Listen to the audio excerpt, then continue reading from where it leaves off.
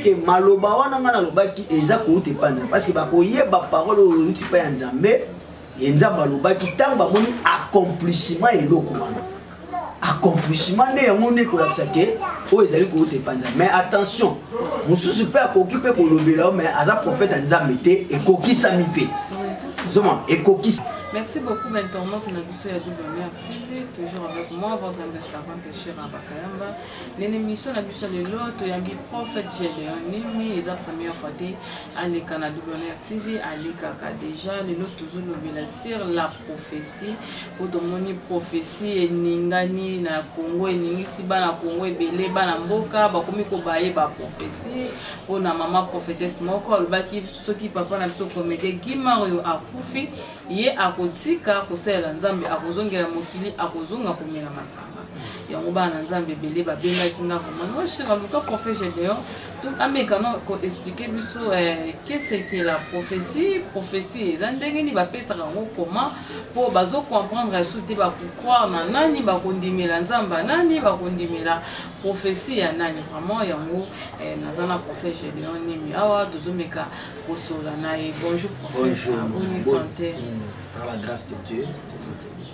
Vraiment, merci beaucoup. L'émission a vu ça, le banano ko expliquer biso prophétie ezani ni po bana nzambe bazo comprendre les sous-soutés ba prophète ba pasteur vraiment ezo comme ça bon comment prophète ko sakola soki ekokisa mitenga na zongi na moki siko ezongi na moki ekokisa mite est-ce que eza volonté nzambe to eza na ba prophétie musu bo pesa na bino ka pona par sentiment ou comment? Merci maman Chira. Vraiment, c'est une occasion qui est bel et bien parce que pour il y a sujet sur la prophétie. Parce qu'il y a une actualité, la prophétie, et puis selon les Bibles des Oloba, comme il temps de la fin, il y a deux ministères où il y a un ministère de doctorat, un ministère prophétique, parce qu'il y aura des faux prophètes, des faux docteurs. Il y a deux ministères où on a top makasi où ils ont épaté na temps. Donc tant que la prophétie, on ne peut pas parler de la prophétie ceux qui te l'obéissent sur le prophétisme. Le prophétisme selon la religion, ils allaient ensemble. Il y a des faits historiques donc où ils allaient makamutali relatif na makamutali ba prophète na prophétie. Donc c'est ça ce qu'on appelle le prophétisme. Ils ont englobé tout, ils ont englobé sur la prophétie, sur le prophète. Mais la prophétie est animée. Par prophétie, c'est-à-dire parole ou message inspiré par Dieu et pas un prophète. Mais nous sommes des prophètes. Est-ce que tous sont des apôtres, tous sont des prophètes? Donc tous sont des prophètes, puis tous sont des prophéties. Mais la prophétie, c'est une parole inspirée. Ils allaient donc pour annoncer l'oko esengeleya maintenant c'est une prédiction. La prophétie c'est quoi? Une prédiction autre que ça na mutoko ya. Alors la quatre prophétie et se présente dans quatre aspects. Prophétie et se présente dans lokola don ou abengi ya prophète don ya parole de connaissance. Prophétie et ça lokola révélation. Prophétie bi makape lokola moi énigme to o bobenga lisese to ezala kapela lokola vision. Prophétie d'abord, ils ont un don de la prophétie, puis ils ont un ministère de la prophétie. Donc, dans la prophétie, ils ont un don qui est pas nzambe. Dans la Bible, ils ont un Jacques quelque part, ils ont un Jacques chapitre 1 sur la bossalité, tout don, toute grâce excellente, et où tu n'es pas à père de lumière. Père de lumière, c'est Dieu. C'est Dieu qui donne les grâces, et bien, tu appelles ça comme don, mais appelle ça à travers Saint-Esprit. Moment où Jésus Zali, il y a Saint-Esprit Zali, c'est là 1 Corinthiens chapitre 12, verset 1er, que c'est l'Esprit Saint qui donne le don. Donc, prophétie, c'est un don où ils ont et pas un Saint-Esprit. Mais dans la prophétie, ils ont science, il y a tous les mystères. C'est là 1 Corinthiens chapitre 13, verset 1 tinacier. Même si je prophétise, même si dans le langue, même si Nazali a don de la prophétie, la science de tous les mystères. La prophétie, c'est la science de tous les mystères. Mais question d'Ali, Nanaza prophète. Voilà un peu ça, pour répondre non, que non pour nous.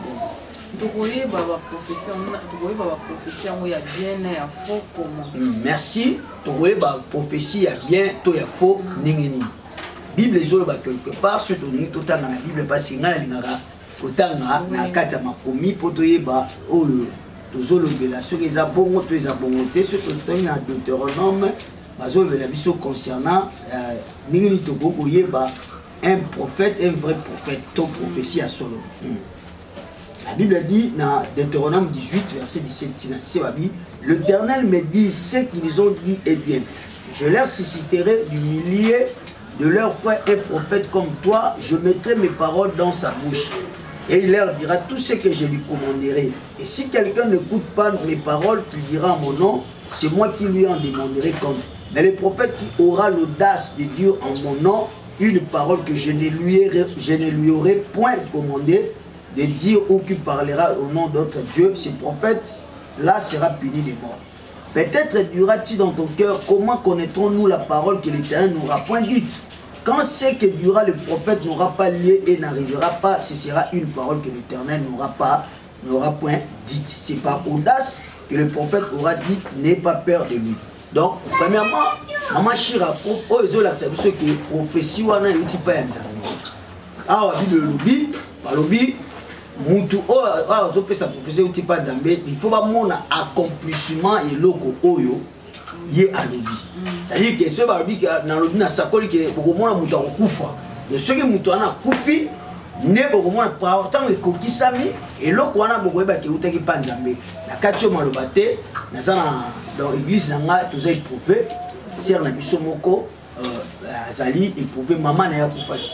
C'était le mardi passé, mardi coulé na yebisa que nazomona liwa ya maman kokufa. Et to ko mati vendredi maman na maman kufi.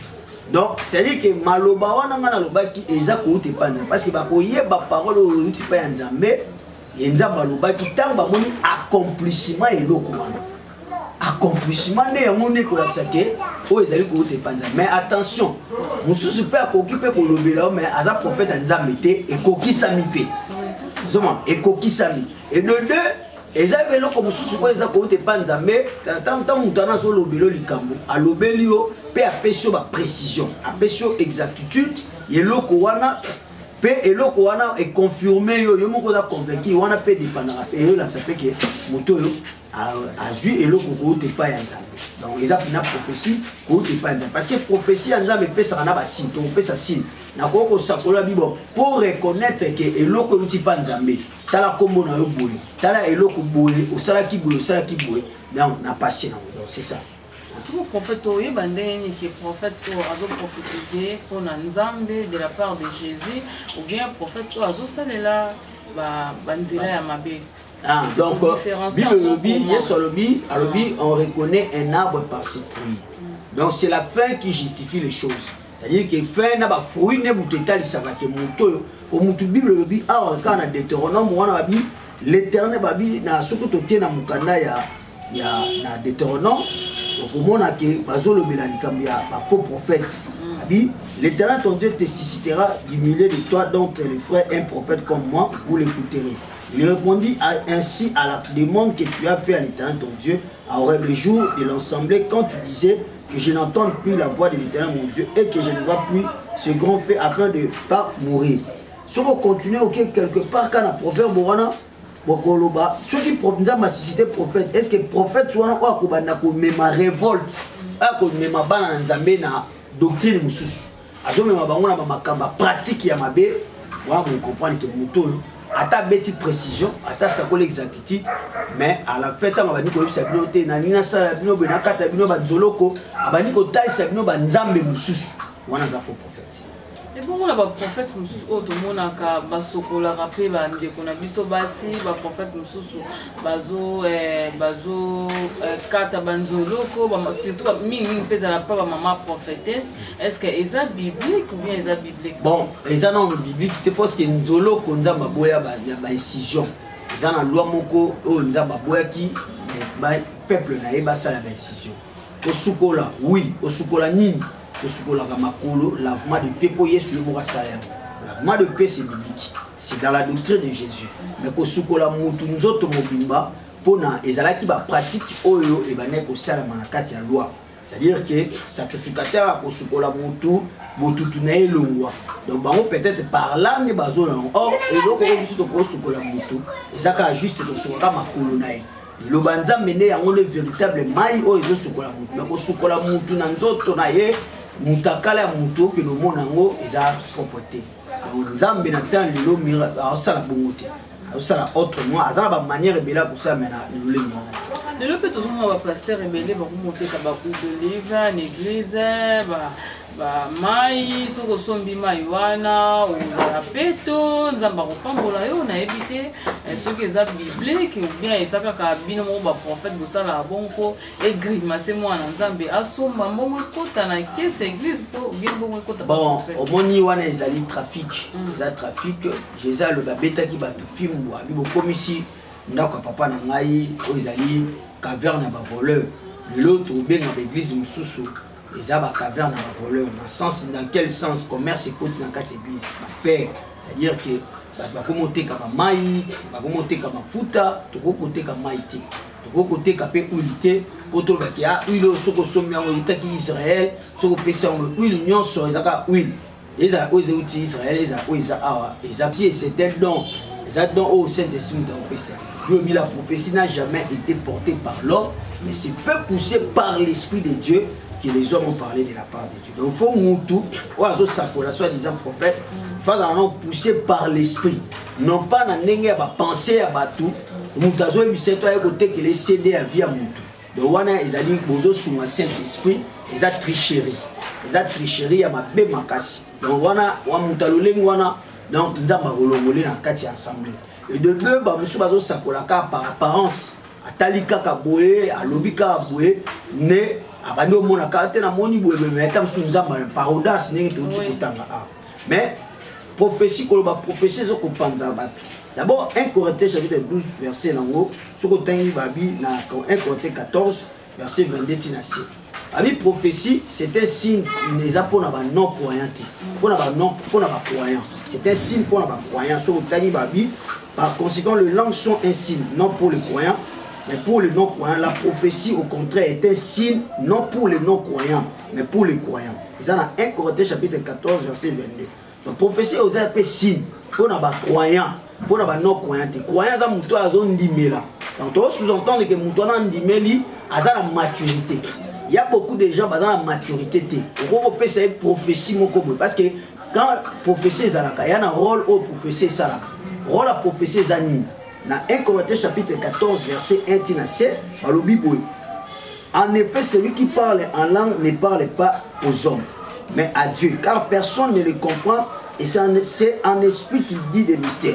Celui qui prophétise, au contraire, parle aux hommes, les édifie, les exhorte, les console. Prophétie, rôle de moi, c'est pour édifier, pour exhorter et pour consoler. Maintenant, quitte à Mouto, va faire sa prophétie. À la maturité, na ko consoler la carte d'édification, na ko vision na prophétie, c'est la vérité. Zama ko bisabino ke ndeko na moko wana omona bisaka yo bituma na muto monta msuta so lela. Ko za mashira yo so lela. Nana bundisaka nga mais na ko biso ke problème na yo bundisaka ezaki ngani. Ndeko no songolo pakala na tangi na kombo. Ko ngana yebiete. Mais nzamba yebiye na misala na ye. Tant on a lobé le bon, et ça m'a béto malam, pour la dévoiler ma secret. Et ça m'a béto malam. Et ça malam. Et ça pour y va. Mais si on y a peut-être aux âmes maturité, aucun coquin ne compensa. Ah, na mon accueil. Ah, dans la boye. On est placé, on est aussi cité, ok, ma prophétie est pendant. La prophétie est sa vérité. Mais la personne a ça qu'on recevoir, il y a un moment où il y a un makamwana, on peut sa prophétie, mais moutazo comprendre. Parce que baza assisté, vous avez la maturité pour digérer ma kamwana. Dans le baka, tant que vous avez une prophétie, et c'est ce que vous peut-être comprendre. Tu peux prophétie, monsieur Bimaka, Mahashira, pour prophétie, ils ont 3 temps. Ils ont la prophétie où ils ont le passé, un message où ils ont à présent et à futur. Prenons par exemple dans Ésaïe chapitre 9, verset 1 Tinassi. Bazoloba Ésaïe dit qu'un enfant nous est né. Un fils nous est donné. Azolo bango présentement. Mon amour quoi botami. Mais en réalité mon amour t'a quitté. Azolo bandeli kabo eza fiti.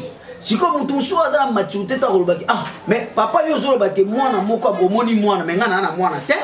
Akoko minimiser ngo. Or ezali ngo bani ntango na oloba mona moni mwana tant que moi on a ça pour le moment mais dans futur moi on a l'air vous comprenez ça y bat bazo comprendre tant que yo comprendre prophétie il faut que tout papa olobi boye pourquoi olobi boye alors c'est ça en fait j'ai dernier mais eza na ba prophétie musu pende na utu koloba ya ndeko na biso liwa opesa ki prophétie maman ya kokufa pe par exemple ba prophétie musu pe opesi pe mutu eza ya mabe to bondeli pe esalamite kokisa mite oui ezali na kozonga kana makomi okomona ezali toke na bible parce que to photo makamyo sozolo banga pona na pesango dans sens na kati ya bible ezate ke na loba na ndenge na ngai na lokolo wana malamu te donc c'est la bible qui le parle to juno na Ésaïe 38 verset 1 en ce temps-là Ézéchias fut malade à la mort le prophète Ésaïe fils d'Amoz vint auprès de lui et lui dit ainsi parle l'Éternel donne tes ordres à ta maison car tu vas mourir tu ne vivras plus. Ézéchias tourna son visage contre les murs et fit cette prière à l'Éternel ô Éternel souviens-toi que je marchais devant ta face avec fidélité et intégrité de cœur que je fais ce qui est bien à tes yeux. Ézéchias répondit d'abondantes larmes.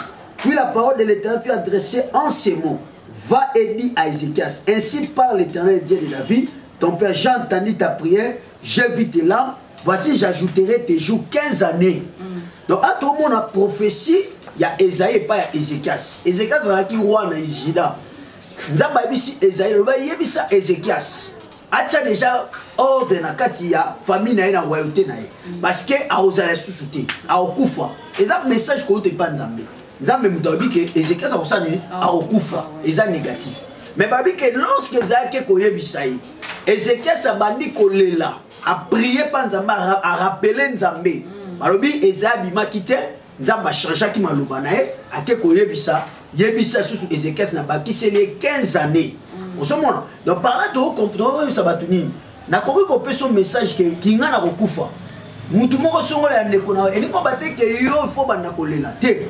Ezingo enelo ba ke yo fo bonde la pona likambwana. Pe elingo bate ke ngana za faux prophète parce que batu alingaka malkambo balobela bango makambo esepelisa bango.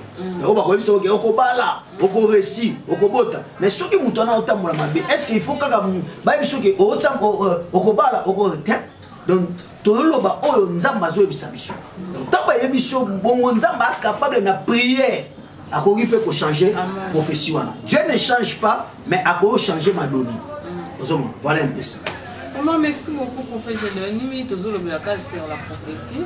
Et ça, la maman prophétesse à la Kishasa, qui n'est pas papa, la comédien, qui m'a autoboutique à Piso, à l'objet que non, Zambo a benganga, inazo sambi, la papa Guimard, à Kubika, bon, moi, il n'a vu, n'a zongi, soki, à Koufi, ngai, nazo zongi la komela masanga, nazo zongi la baba, nazo zongi la bajipa mikuse, na otika rosé la nzambe, soki nzambe wana aboumi, papa Guimard, va confirmer que non, papa Guimard a beaucoup fait.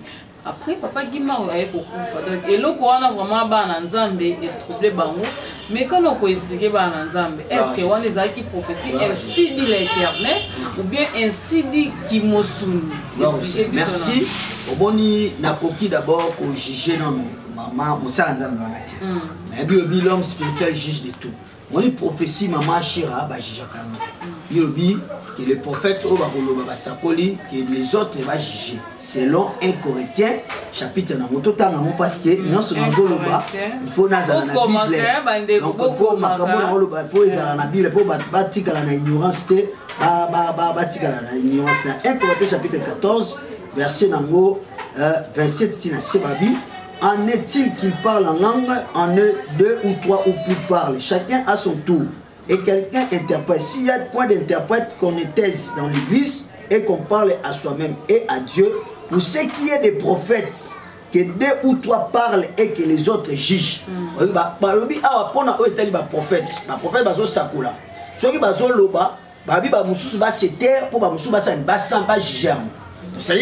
qu'il faut juger les amis comparer pour la véracité dans ma message et ça bon to ça bon côté on est souvent tout ça à l'église tant que tout na muto ça pour la muto na tout na maman makambo zoloba on a oloba na o reconnaître tous reconnaître parce que faut muto ni mailo ko oloba ba message ezali ba image ezali auto saluer l'église à bato autre la prochaine numéro au monde qui tozo tout na bato na l'église na bisoté na l'église ya bato pour peut-être na église nga bato ba yokani mais l'église ya bato zo tout na moi mutu toyebanité mais mutu zo ndima c'est-à-dire que tant mutu zo loba bongo musu ezali par audace.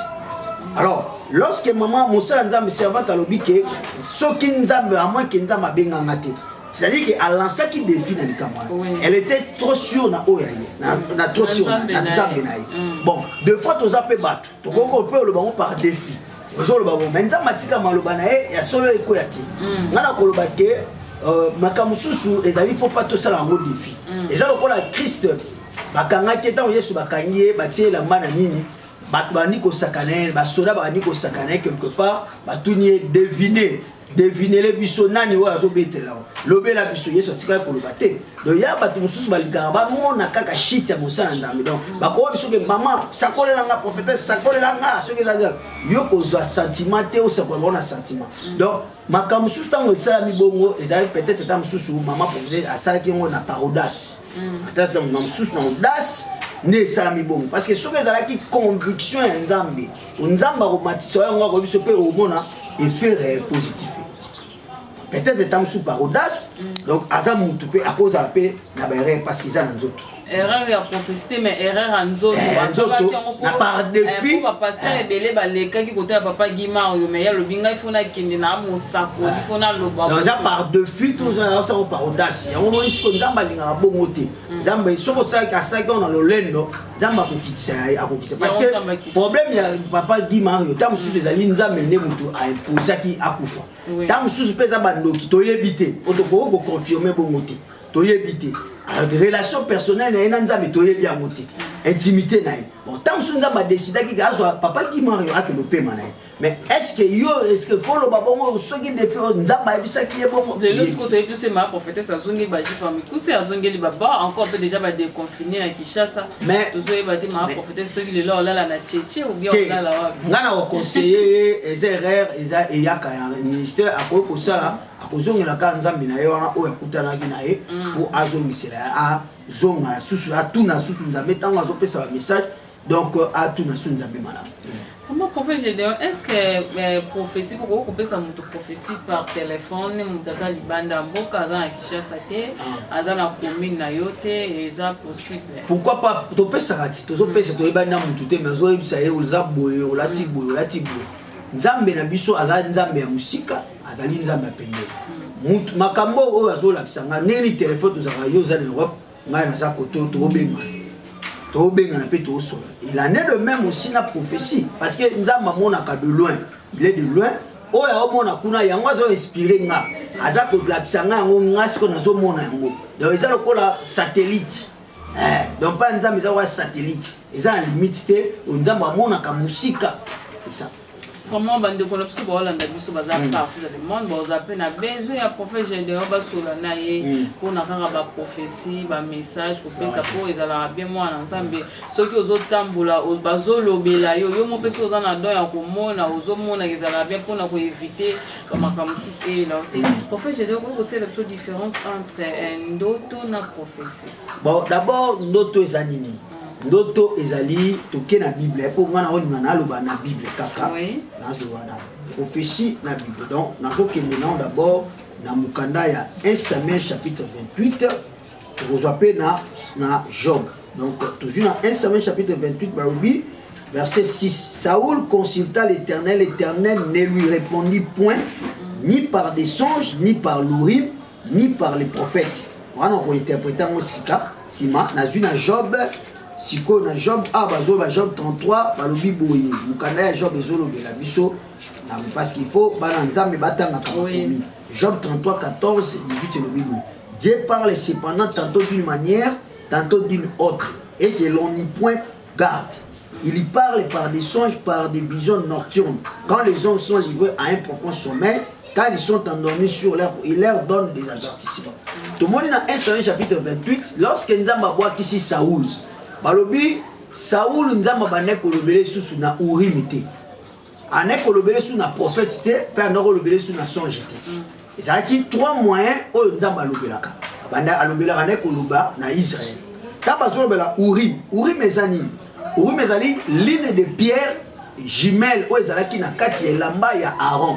Aaron ezalaki na babanga mibale soki batutisi yango ebandaki kopesa lumière mpe nzambe bandaki obenga yango Tumim et l'Urim. Urim elingo balumière, Tumim elingo baperfection.